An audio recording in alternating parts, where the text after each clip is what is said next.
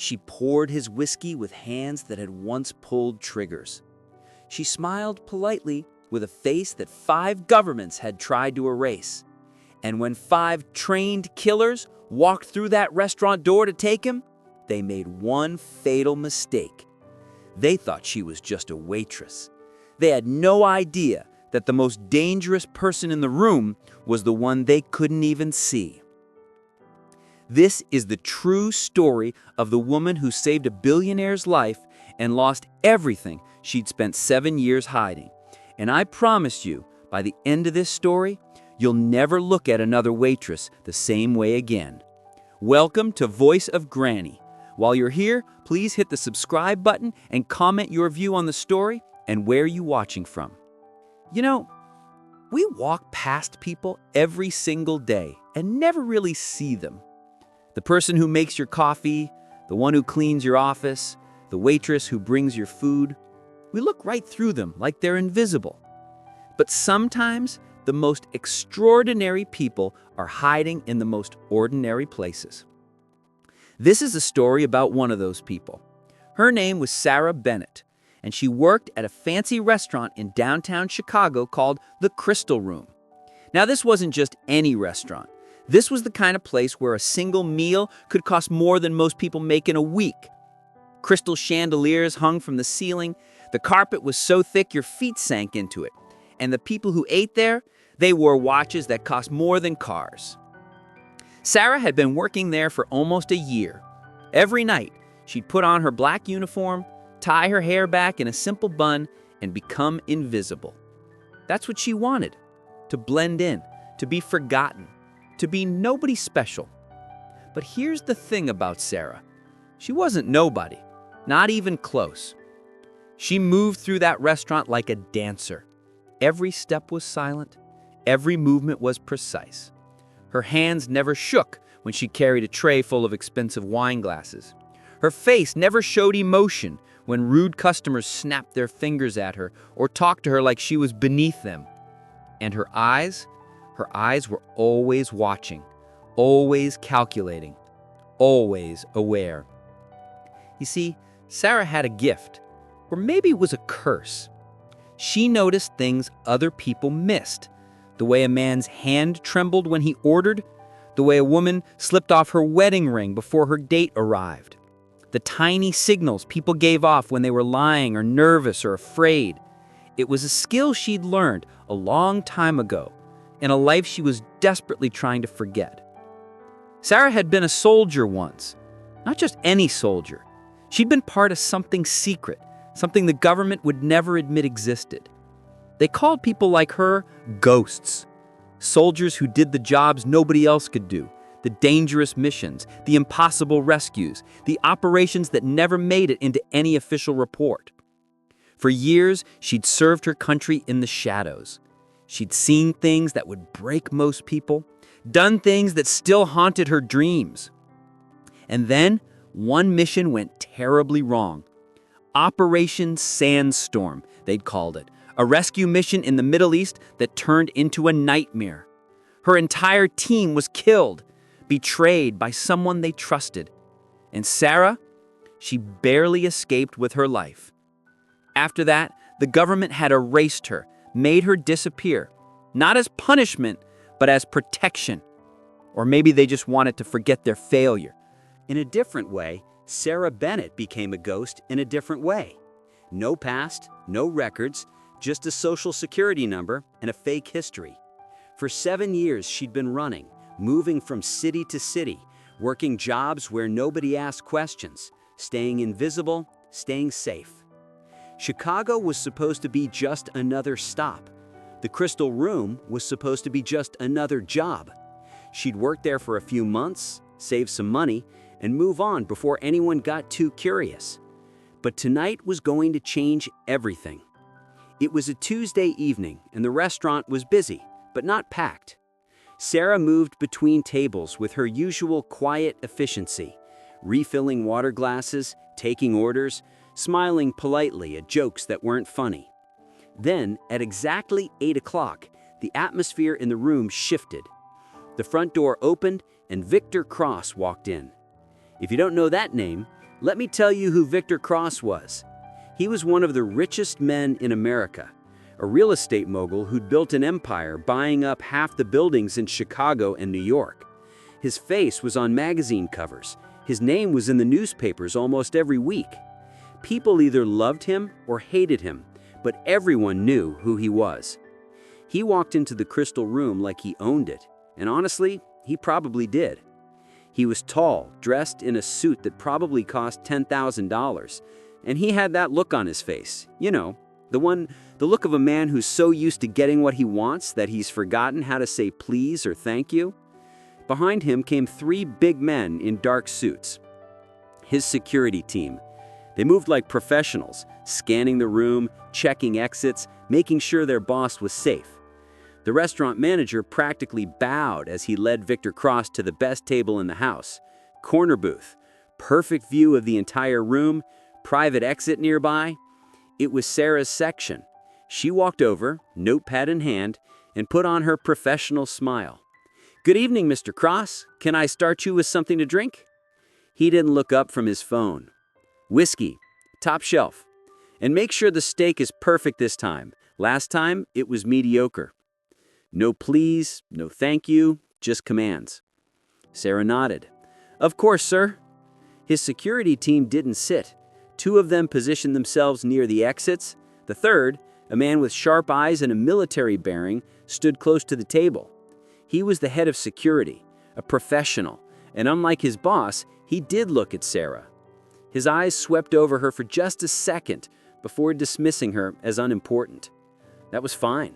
Sarah was used to being dismissed. She brought the whiskey, took the food orders, and disappeared back into the background. Just another invisible waitress doing her job. But as she worked, that familiar feeling started creeping up her spine, the feeling that something was wrong.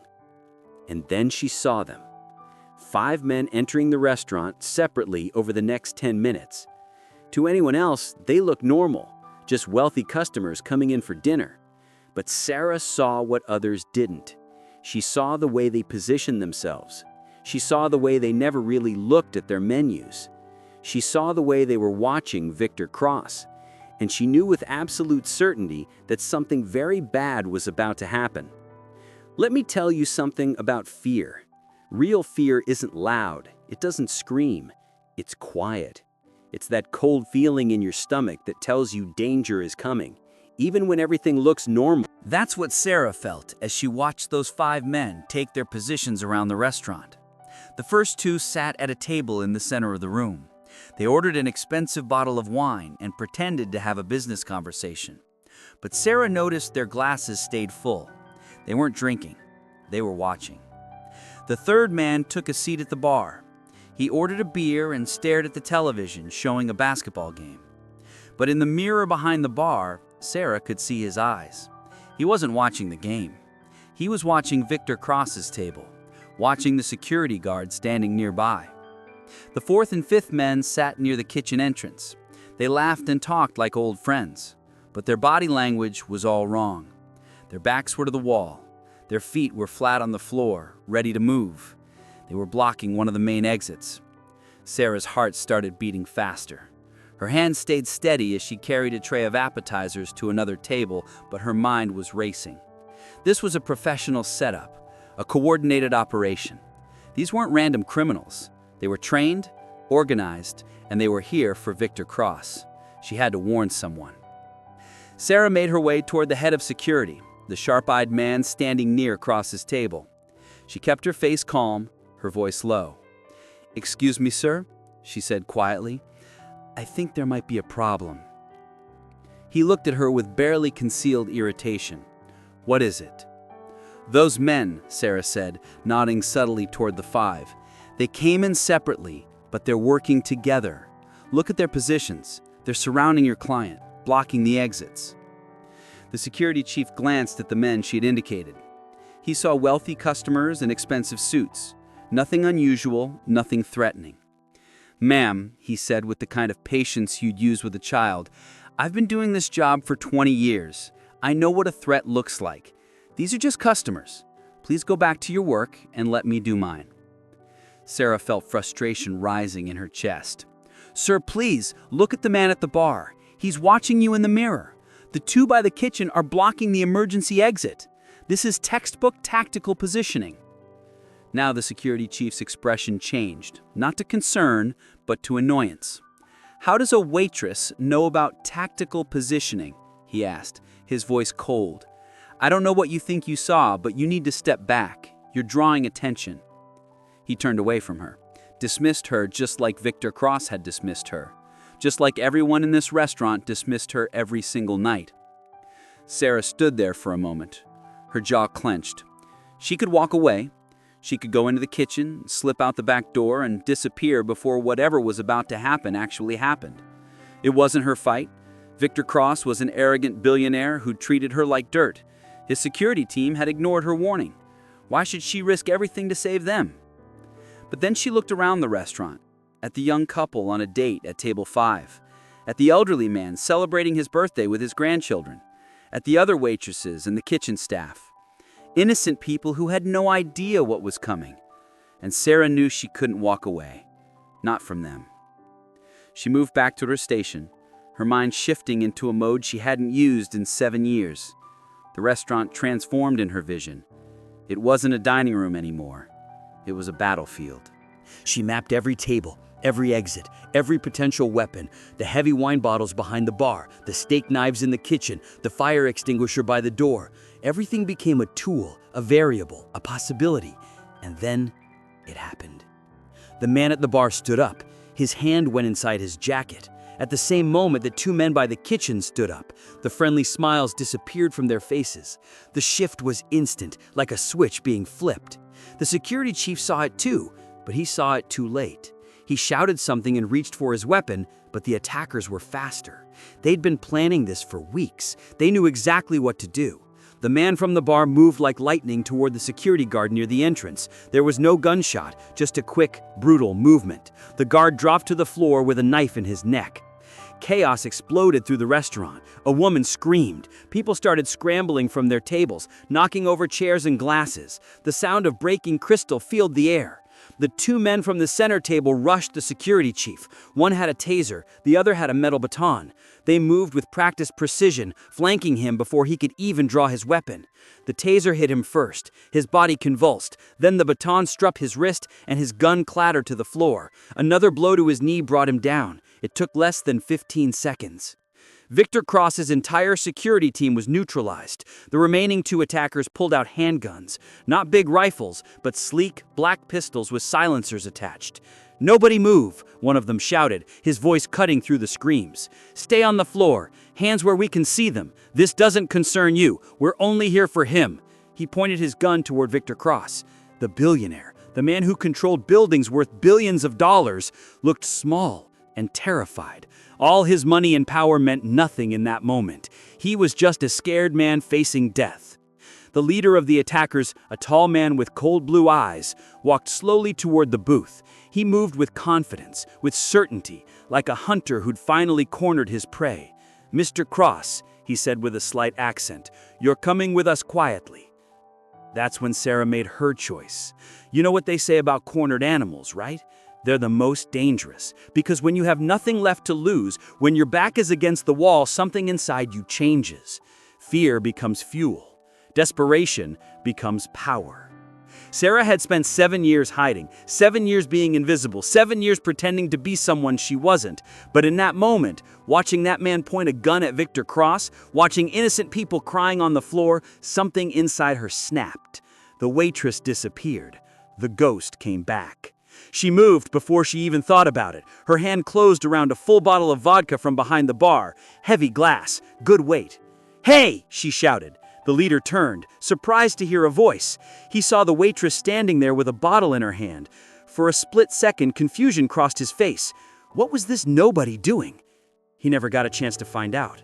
Sarah swung that bottle with everything she had, not like an amateur, like someone who'd been trained to hit targets. The bottle connected with the side of his face with a sickening crack. Glass shattered, vodka sprayed everywhere. The man staggered backward, roaring in pain, blood pouring from his shattered cheekbone. Time seemed to slow down. The other 4 attackers turned toward her, their eyes widened in shock. The gun started to swing in her direction, but Sarah was already moving. She grabbed a second bottle and hurled it at the nearest gunman. It hit him in the chest, knocking him off balance. Before he could recover, she vaulted over the bar with an athlete's grace and grabbed a heavy metal cocktail shaker. One of the men came around the corner of the bar, his gun raised. Sarah threw the ice from the shaker directly into his face. He flinched, temporarily blinded. In that half-second of distraction, Sarah grabbed a long metal bar spoon and drove it into the soft spot above his collarbone, not deep enough to kill, but deep enough to make him drop his weapon and fall to the ground, gasping. 2 down, 3 to go. The element of surprise was fading. The remaining attackers were professionals. They were recovering from their shock, adapting to the threat. Sarah ran into the kitchen. She knew she needed better weapons, better cover. 2 of them followed her through the swinging doors. The kitchen was hot and loud and filled with the smell of cooking food. The staff were huddled in the corner, terrified. "Stay down," Sarah commanded, her voice carrying an authority that left no room for argument. The first attacker came at her with a baton. He swung it at her head. Sarah ducked under it, grabbed a heavy cast-iron skillet from the stove, and swung it like a baseball bat. The pan connected with his skull with a horrible clang. He dropped like a stone. The second attacker raised his gun. Sarah grabbed a pot of boiling water from the stove and threw it at him. The scalding water hit his face and chest. He screamed, a terrible sound of agony, and dropped his weapon as his hands flew to his burned skin. Sarah snatched the gun from the floor. She checked it with practiced efficiency. Loaded. Ready. She stepped back into the dining room. The restaurant was silent now, except for quiet sobbing. Everyone was on the floor, too terrified to move. The leader, his face a bloody mess, had grabbed Victor Cross and was using him as a shield. He had a broken piece of glass pressed against the billionaire's throat. A thin line of blood ran down Cross's neck. "Drop the gun," the leader shouted, his voice distorted by his broken jaw. "Drop it or I'll cut his throat." Sarah raised the weapon, her stance perfect, her hands steady. She sighted down the barrel at the man holding Victor Cross. The leader laughed a wet, pained sound. "You won't shoot. You shoot me, I kill him. You lose." Sarah's face was cold, empty, the face of the ghost she used to be. "You made 3 mistakes," she said, her voice calm as ice. The leader's eyes narrowed. "What?" "First," Sarah said, taking a small step to her left, adjusting her angle. "You assumed the only threat was the security team." Another small step. "Second," she continued, "you underestimated the waitress." The leader's hand started to shake slightly. He was realizing something was very wrong. "And third," Sarah finished, her voice dropping to a whisper, "you assumed I cared whether he lives or dies." In the split second that her words sank in, creating doubt and hesitation, she fired. The bullet hit the leader in the shoulder, the one holding the glass. The impact shattered bone. His arm went dead. The glass fell harmlessly to the floor. Before he could even fall, Sarah was there. She reversed the gun in her hand and struck him across his already broken jaw with the butt of the weapon. He collapsed in a heap. Silence. The only sound was the distant wail of approaching sirens. Someone had called the police. Sarah stood in the center of the restaurant, the gun still in her hand, her chest rising and falling with controlled breaths. Around her lay 5 trained attackers, all of them unconscious or incapacitated. She looked down at Victor Cross. He was slumped against the wall, staring at her with a mixture of awe and terror. He'd watched the quiet, invisible waitress transform into something terrifying and efficient and deadly.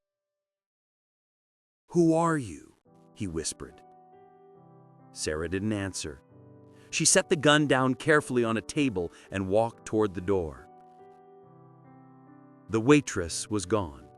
The ghost had returned. And ghosts don't stick around to answer questions. But as she reached the exit, she knew something had changed. Her cover was blown. Her safe, invisible life was over.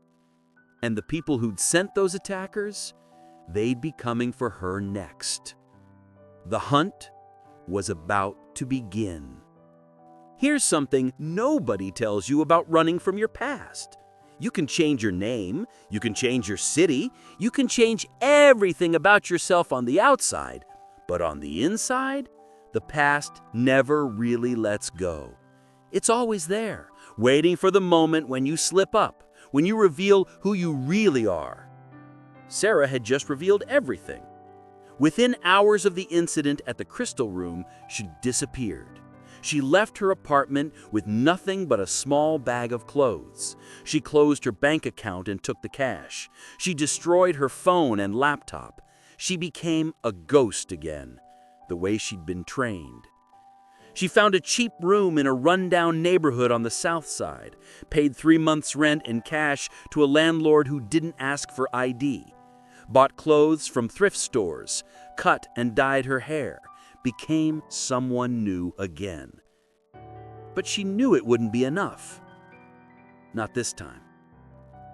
She'd been on television. Security camera footage from the restaurant had been leaked online. The video showed everything. The quiet waitress taking down 5 armed men with kitchen supplies and her bare hands. It had gone viral. Millions of views. People were calling her a hero. The news stations were running stories. Mystery woman saves billionaire. Who is the Crystal Room hero? Sarah watched the news reports from her dingy room and felt sick. The attention was the opposite of what she needed. Every eye in the city was looking for her, and not all of those eyes were friendly. Meanwhile, Victor Cross was obsessed. The man whose life she'd saved couldn't stop thinking about her. Not because he was grateful, though he was, but because he needed to understand. Who is she? Where did she come from? How did a waitress have the skills of a special forces soldier? Victor Cross didn't become a billionaire by accepting mysteries. He became a billionaire by finding answers. So, he used every resource at his disposal to find Sarah Bennett. He hired the best private investigators in the country. He used facial recognition software to scan every camera in Chicago. He called in favors from people in government, people who had access to classified databases. For 3 weeks, they found nothing. Sarah's identity was shallow, recent, fake. But then, one of his investigators got a hit. They ran her face through an old military database, and they found a photograph. A younger Sarah wearing desert camouflage. Her face hard and tired, standing in front of a military vehicle. The name on the file wasn't Sarah Bennett, it was Sarah Reeves, and most of the file was blacked out, redacted, classified. Only a few words were visible. Special Operations Unit designation, Ghost. Operation Sandstorm, classified. Status, discharge, disavowed. Victor's head of security, a former FBI agent, explained what that meant. Ghost isn't a unit name, sir. It's a designation. These were solo operators used for missions the government needed to deny. Black ops, the most dangerous work. And if she was disavowed, it means something went very wrong. The government cut her loose, erased her. These people don't exist anymore. Victor felt a chill run down his spine. The woman who'd saved his life wasn't just a former soldier. She was a weapon the government had tried to throw away. At the same time, his corporate intelligence team was investigating the attackers. They'd been identified as mercenaries, professionals for hire. And through careful tracing of their financial records, Victor discovered who'd hired them. A company called Titanium Solutions. His biggest business rival, a ruthless corporation that had been trying to destroy Victor's empire for years. They tried to buy him out, sabotage his deals, steal his clients, and when all that failed, they decided to kidnap him, force him to sign over his assets, make him disappear. By stopping the kidnapping, Sarah had cost Titanium Solutions millions of dollars, and worse, she'd exposed their operation. They would come for her. Victor knew it. Companies like that didn't forgive, they didn't forget, and they had unlimited resources. He had to find her first. He had to warn her. His team finally tracked her down to the south side. A facial recognition hit from a bus camera. They followed the trail to her building. Victor went alone. No security team this time, no bodyguards, just him. Because what he needed to say was personal. He found her apartment and knocked on the door. For a long moment, nothing happened.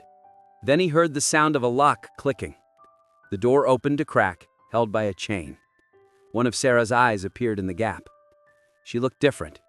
Shorter hair, different color, but the eyes were the same. "What do you want?"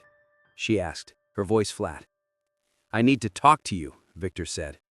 "About the men who attacked us. About who sent them?" She studied him for a moment, then released the chain and let him inside.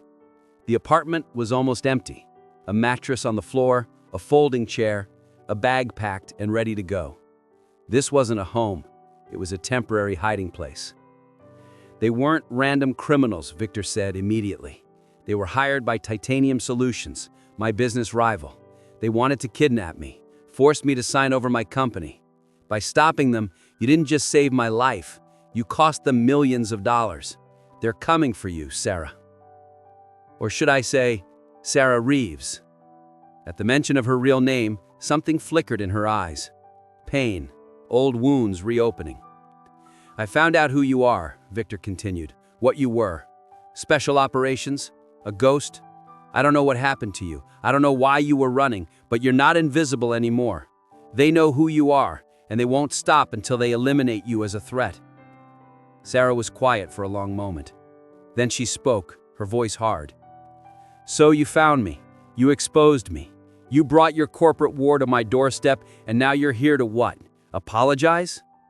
"I'm here to help," Victor said, "I have resources, money, safe houses, security teams. I can protect you. I owe you that." Sarah laughed, but there was no humor in it. "Protect me. You're the reason I'm in danger. Your world, your fight. I was safe until you walked into that restaurant." "I know," Victor said quietly, "but the danger is here now. We can face it together, or—" He never finished the sentence. A red dot appeared on the wall behind Sarah's head, a laser sight. Victor's eyes went wide. "Get down!" he shouted. He dove forward, shoving Sarah backward just as the window exploded inward. The sound of the gunshot was deafening. Victor felt searing pain rip through his shoulder as the bullet meant for Sarah tore through him instead. He hit the floor hard, gasping. The last thing he saw before the darkness closed in was Sarah's face. The fear was gone. The waitress was gone. In her place was the ghost, the soldier, the weapon, and she looked absolutely furious. "You know what separates us from animals? It's not intelligence. It's not tools. It's choice. We choose who we want to be. Every single day, we make a choice. Do we run or do we fight? Do we hide or do we stand?" Sarah had been running for 7 years. 7 years of hiding, 7 years of pretending to be someone else. And in one moment, watching Victor Cross take a bullet meant for her, everything changed. The sniper's bullet had come through the window. Victor was on the ground, bleeding from his shoulder, gasping in pain. The red laser that was sweeping across the room, looking for Sarah. She didn't freeze, she didn't panic. The training that had been dormant for 7 years came roaring back to life. She grabbed her packed bag with one hand and Victor's arm with the other. With strength that surprised even him, she dragged him away from the window, out of the line of fire. They tumbled into the bathroom, the only room without windows. "Stay down," she commanded, her voice cold and controlled. She grabbed a towel and pressed it against his bleeding shoulder. "Press here hard. Don't let go." Victor's face was pale with shock and pain, but he nodded. "Sarah, not now!" She cut him off. She was already moving, her mind working through the tactical situation. One sniper, probably on the building across the street. They'd need a ground team, too. The sniper was just the first move. They'd be coming through the door any second. She was right. 30 seconds later, she heard footsteps in the hallway. Heavy boots, multiple people, professional movement. Sarah pulled Victor's phone from his pocket. "Call your security team," she said. "Tell them where we are. Tell them we need extraction now." He fumbled with the phone, his hands shaking, but he made the call. The apartment door burst open. 3 men stormed in, weapons raised. They were dressed in tactical gear, wearing masks, mercenaries, just like the ones at the restaurant. But this time, Sarah wasn't trying to protect a room full of innocent people. This time, it was just her and them, and that made her more dangerous than they could possibly imagine. She didn't wait for them to find a bathroom. She kicked the door open and came out low and fast. The first man's attention was focused on the main room. He never saw her coming. She swept his legs out from under him, and as he fell, she grabbed his weapon. One quick strike to the back of his head, and he was unconscious. The second man turned, raising his gun. Sarah was faster. She fired 2 shots. Both hit his body armor's center mass. The impact knocked him backward, winded and stunned. She closed the distance and struck him across the temple with the gun. He went down. The third man was smarter. He'd stayed back, using the doorway as cover. He fired at her, forcing her to dive behind the overturned couch. Bullets tore through the cheap furniture, stuffing, exploding into the air. Sarah's mind raced. She was pinned down.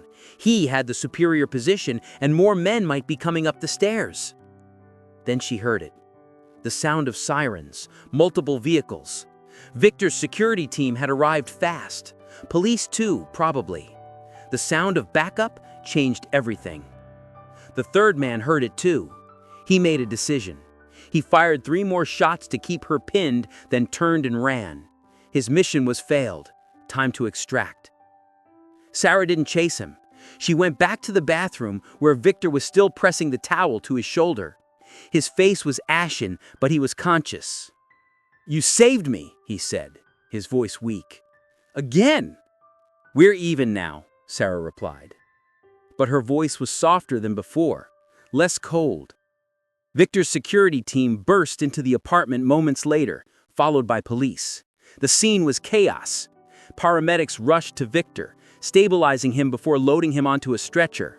Police were everywhere, securing the scene, questioning witnesses. The security chief, a serious man named David, approached Sarah. "Ma'am, Mr. Cross wants you to come with us. We can keep you safe. Protected location, armed guards, everything you need." Sarah looked at him. Then she looked at Victor, who was being carried out on the stretcher. He turned his head to look at her, his eyes pleading. For 7 years, she'd been alone, running alone, hiding alone, fighting alone. It was exhausting, it was lonely. And watching this man take a bullet for her had cracked something open inside her chest, something she thought she'd locked away forever. The ability to trust, to connect, to let someone in. "Where are you taking him?" she asked. "Private hospital, secure facility. He'll be safe there." Sarah made her choice. "I'll come, but I'm not a victim who needs protecting. I'm a soldier who's ready to fight. If we're doing this, we do it my way." David studied her for a moment, then nodded with respect. "Understood." 3 days later, Sarah stood in a penthouse apartment overlooking Lake Michigan. It was Victor's safe house, top floor, multiple exits, security cameras everywhere, and a team of trained guards who, unlike the ones at the restaurant, actually listened when she pointed out vulnerabilities in their setup. Victor was recovering. The bullet had gone clean through. He'd been lucky. They both had been lucky. He found her standing by the window, looking out at the city.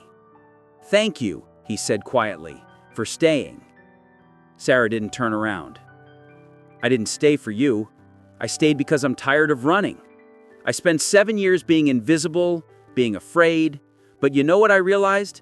Hiding isn't the same as being safe. It's just being alone." She finally turned to look at him. "So here's the deal. Titanium Solutions wants both of us gone. Fine, let's give them a fight. You've got money and connections, I've got skills and experience. Together, maybe we can end this." Victor smiled, despite the pain from his shoulder. "Partners." Sarah thought about it. About trust, about choice, about who she wanted to be. Partners, she agreed. And so the waitress who wanted to disappear and the billionaire who thought he was untouchable became something neither of them expected.